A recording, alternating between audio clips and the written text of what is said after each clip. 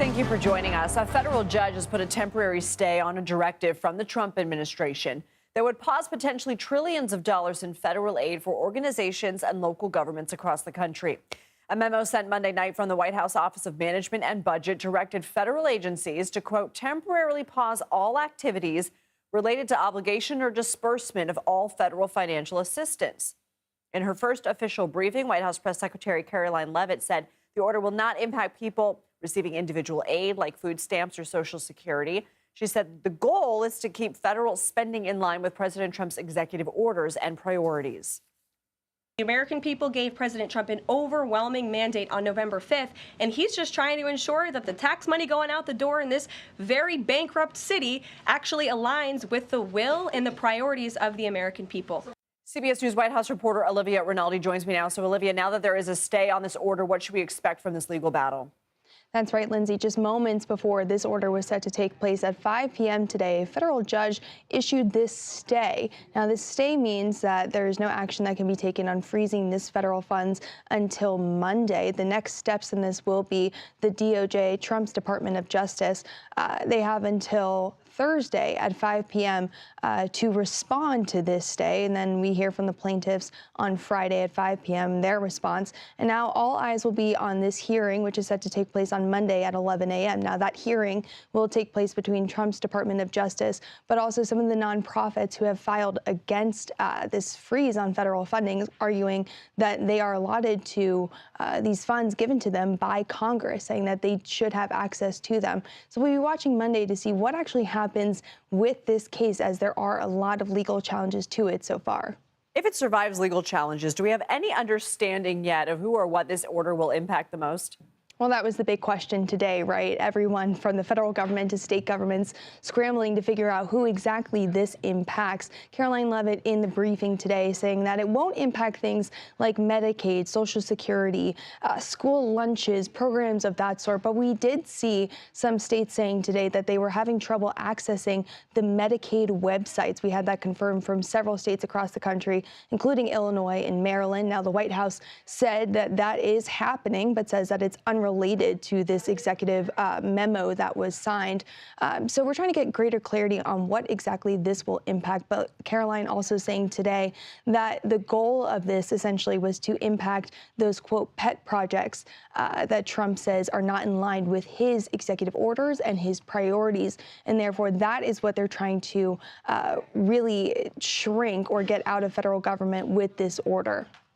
President Trump signed an executive order late Monday night that says expressing, quote, gender identity divergent from an individual's sex cannot satisfy the rigorous standards necessary for military service. Is this order setting the stage for a potential ban on transgender people serving in the military? It could potentially do that. We know that that's something Trump did within the first administration back in 2017. He banned transgender persons from serving in the military. But what this will do, certainly, is impact the composition of the military. It's giving a review of readiness for people who are transgender and are serving, and whether or not them undergoing certain procedures will impact their readiness and their abilities to carry out their duties. We know that the transgender ban on serving in the military was reversed under President Biden. And it's actually something that President Trump, when he was running, said that he would be opening to reinstating. So if he were to re-implement that, it would be making good on a campaign promise he made in this third run for the presidency. What do we know about the president offering buyouts to federal workers who don't want to return to the office? Yeah, this just coming in. Also, a memo sent out by the White House today offering people who work in the federal government but who have not come back into work because they've been working remotely until February 6th to accept a buyout. Essentially, this is part of Trump's effort to really chop down the size of the federal government, something he's very keen on doing. If they don't want to return to federal office through September 30th, they have until February 6th to take that buyout. And sources tell our Jennifer Jacobs and Nancy Cordes that they expect about 10% of the federal government to take these buyouts. That's a pretty significant number. Is it take the buyout or get fired, or we don't know that yet? We don't know that yet, but it is certainly an offering on the table right now of the doors open if you want to take it. Olivia Rinaldi, thank you. Lawmakers on both sides of the aisle are reacting to the Trump administration's attempt to pause some federal funding. 77 million Americans elected President Trump to be a game changer and to figure out where we're wasting money. So all he's asking to do is to pause some of this money that's being spent. This is cruelty. This is lawlessness. This is a heist done on a national scale. No matter how much he may believe he does, the president does not have the authority to ignore the law.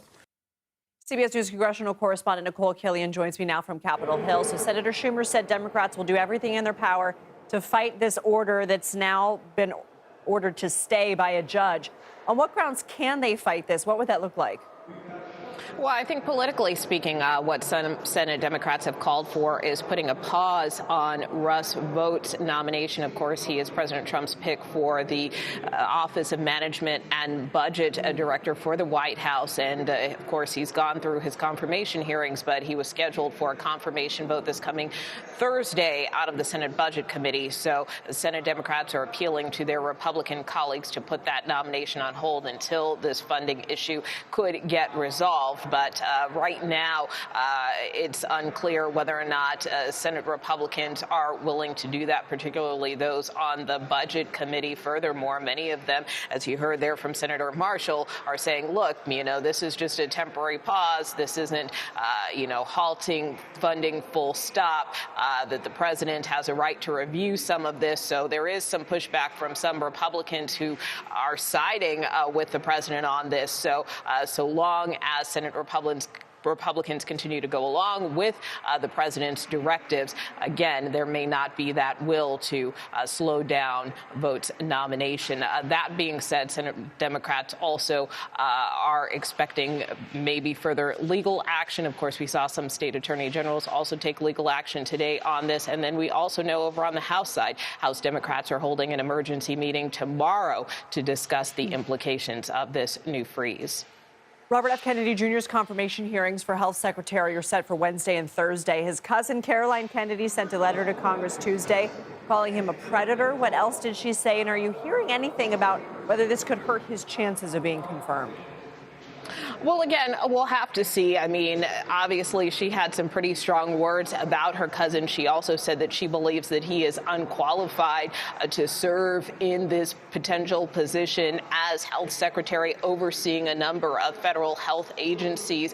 So that being said, whether or not her letter carries a lot of weight with the senators remains to be seen. Certainly, we have seen some Senate Republicans push back against RFK Jr.'s views, for instance, around the issue of vaccines. He had a pretty robust discussion a couple weeks back, for instance, with Senator Cassidy, who is a doctor who had some concerns about RF Kennedy Jr.'s positions around vaccines. But that's just certainly one of many questions RFK Jr. is likely to face. And keep in mind, he has not only one confirmation hearing, but two, starting with Senate Finance on Wednesday, followed by the Senate Health Committee on Thursday. So there will be a number of tough questions he's going to have to face tomorrow, but he still, by and large, was seen in the halls of Congress earlier today. And while he didn't comment to our cameras, he overall, when we have seen him in the halls, has expressed confidence about his prospects going forward.